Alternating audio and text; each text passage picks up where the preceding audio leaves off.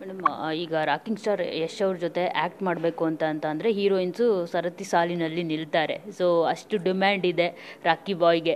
So ಆದರೆ ಅವ್ರಿಗೆ chance ಕೊಟ್ಟಿದ್ದೆ ನೀವು ಅವಾಗ, ಮತ್ತು ಅವ್ರ ಜೊತೆ ಹೀರೋಯಿನ್ ಆಗಿ ಕೂಡ ಆ್ಯಕ್ಟ್ ಮಾಡಿದ್ದೀರಾ. ಸೊ ಅದ್ರ ಬಗ್ಗೆ ಹೇಳೋದಾದರೆ ಏನು ಹೇಳ್ತೀರಿ? ಇವತ್ತು ನೀವು ಅಂದರೆ ಇಂಟ್ರೊಡ್ಯೂಸ್ ಮಾಡಿದ್ದು ಹುಡುಗ ಇಷ್ಟು ಮಟ್ಟಕ್ಕೆ ಪ್ಯಾನ್ ಇಂಡಿಯಾ ಮಟ್ಟಕ್ಕೆ ಬೆಳೆದಿದ್ದಾರೆ, ರಾವಣ ಆಗ್ತಿದ್ದಾರೆ, ಮತ್ತೊಂದು ಕಡೆ ದೊಡ್ಡ ಅಂದರೆ ಹಾಲಿವುಡ್ ಲೆವೆಲ್ಗೆ ಸಿನಿಮಾ ಮಾಡ್ತಿದ್ದಾರೆ ಟಾಕ್ಸಿಕ್.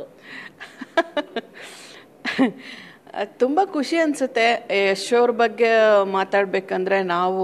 ನನಗೆ ಇವಾಗಲೂ ಇತ್ತೀಚೆಗಷ್ಟೇ ನಾನು ಜಂಬದ ಹುಡುಗಿ ಶೂಟಿಂಗ್ ಮಾಡಿದ್ನೇನೋ ಅನ್ನೋಷ್ಟು ಹಸಿಯಾಗಿದೆ ಆ ನೆನಪುಗಳು. ನಿಜವಾಗ್ಲೂ ಶೂಟಿಂಗ್ ಮಾಡಿದ್ದು ಈ ಸೀಸನಲ್ಲಿ ನಾವು ಮ್ಯಾಂಗ್ಳೂರು, ಉಡುಪಿ ನಲ್ಲೆಲ್ಲ ಶೂಟಿಂಗ್ ಮಾಡ್ತಾಯಿದ್ವಿ.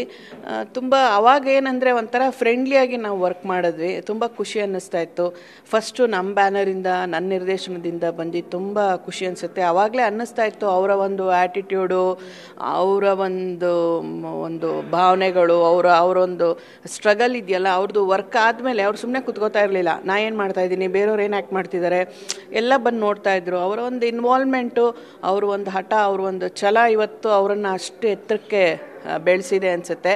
ಇವತ್ತು ರಾವಣ ಮಾಡ್ತಾ ಇದ್ದಾರೆ.